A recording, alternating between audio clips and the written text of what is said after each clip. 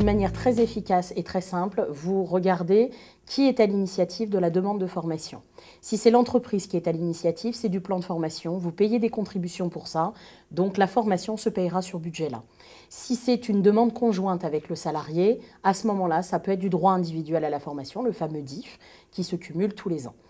Et le CIF, qui est à l'initiative du salarié uniquement sans avis de l'employeur, c'est plus pour des projets qui n'ont rien à voir avec l'entreprise. Une demande de formation en Excel, par exemple, si vous avez besoin que le collaborateur fasse la formation, à ce moment-là, c'est du plan. Si c'est une demande conjointe, vous pouvez utiliser le DIF. Un seul interlocuteur pour ça, c'est l'OPCA, c'est le meilleur des partenaires qui peut vous accompagner parce qu'en fonction de votre projet, la taille de votre entreprise ou tout simplement la situation géographique que vous avez, certaines sources de financement peuvent intervenir. Vous avez le conseil régional, certaines régions se positionnent sur la formation professionnelle, d'autres pas.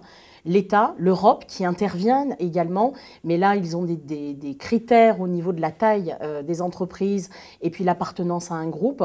Et puis plus généralement, ce qui est peut-être plus accessible, ce sont les fonds mutualisés des OPCA, ce pot commun en fait qui est mis au niveau d'une branche professionnelle et qui vous permet d'accéder à des fonds.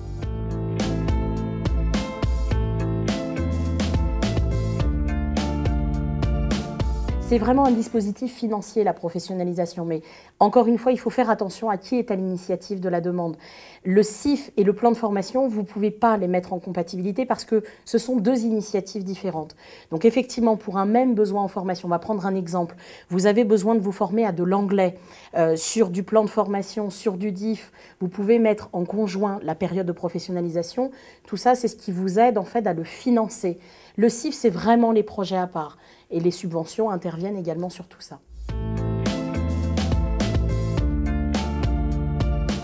Ça coûte cher si on ne connaît pas les dispositifs, si effectivement on ne va pas solliciter les bons interlocuteurs.